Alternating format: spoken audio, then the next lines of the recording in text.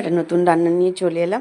আজ একটা নতুন রান্না মানে কি, ডাল পটল বানাবো। দেখো আমি তো আমার মার মতন মুগ ডাল নিয়ে নিয়েছি, আর পটলও নিয়ে নিয়েছি আমার মার মতন।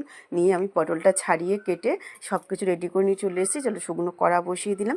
কড়া বসিয়ে দিয়ে কড়াটা গরম হয়েছে, ডালটা হালকা করে ভেজে ঢেলে নিলাম। নিয়ে ওই কড়ার মধ্যেই তেল দিয়ে দিলাম।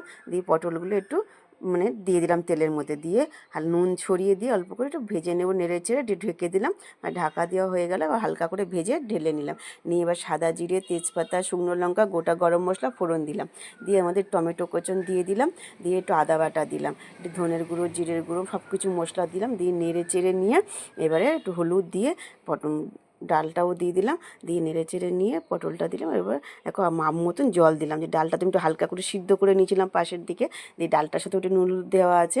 দিয়ে নেড়ে চেড়ে ডালটাও দিয়ে দিলাম। দিয়ে একটুখানি 2 মিনিট ঢেকে দেবো। দিয়ে স্বাদ মতন মিষ্টি দিলাম। দিয়ে খুব ভালো করে নেড়ে চেড়ে নিয়ে একটু ঘি দিয়ে দিলাম। দিয়ে একটা পাত্রের মধ্যে আমি ঢেলেন, ডালটা যেন না ঘাঁটে, গোটা গোটা থাকবে, ডাল পটলগুলোর সাথে লেগে থাকবে। চলো এবারে একটু ঘি দিয়ে খুব ভালো করে নেড়ে চেড়ে নিয়ে একটা পাত্রের মধ্যে ঢেলে নেব। ঢেলে নিয়ে এটা কিন্তু আমার তো ডাল পটল করা হয়ে গেল। আমার মতন ডাল পটল করে খেয়ে দেখো কেমন লাগে, আর আমাকে কমেন্ট করে জানিও। আর দেখো বন্ধুরা, আমাদের পটল তো সব কিছু সবসময় অনেক কিছু রকম করে খাই। পটল আবার মাঝে মধ্যে একটু আধটু অন্যরকম করে খেলে একটু ভালো লাগে।